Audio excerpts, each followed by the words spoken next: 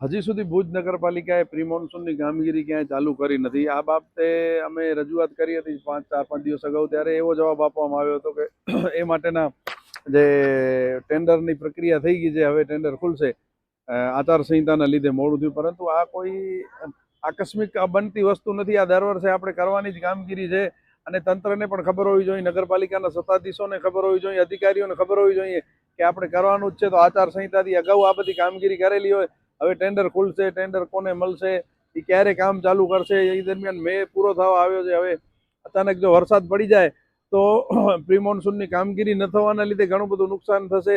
હમીસર અને દેસલસર તળાવમાં ગટરના પાણી જાય છે, ઉપરાંત નાલાઓ સફાઈ ન થવાના લીધે પાણીનો ભરાવો થાય છે। વરસાદી પાણીના વહેણ જે બંધ છે એ ન ખુલવાના લીધે વરસાદી પાણી લોકોના ઘરોમાં ભરાવાના પ્રશ્ન થાય છે। આમ અનેક સમસ્યાઓ ઊભી થાય છે, માત્ર ને માત્ર તંત્રની બેદરકારીથી। અને આ એક ગંભીર ગુનાહિત બેદરકારી છે અને દર વર્ષે આ એક મોડસ ઓપરેન્ડીથી કામ કરવામાં આવે છે કે મોડેથી ટેન્ડર મંજૂર કરવું, મોડેથી કામગીરી ચાલુ કરાવી, એટલે બહુ નામ માત્રની કામગીરી થાય અને પછી વરસાદ પડી જતા બિલ બનાવી અને ભાગબટાઈ કરવામાં આવે છે। એટલે આ એક નગરપાલિકા માટે પ્રી મોન્સૂન નહીં, પરંતુ ભ્રષ્ટાચાર અને આવકનું એક સાધન હોય એવી વાત છે।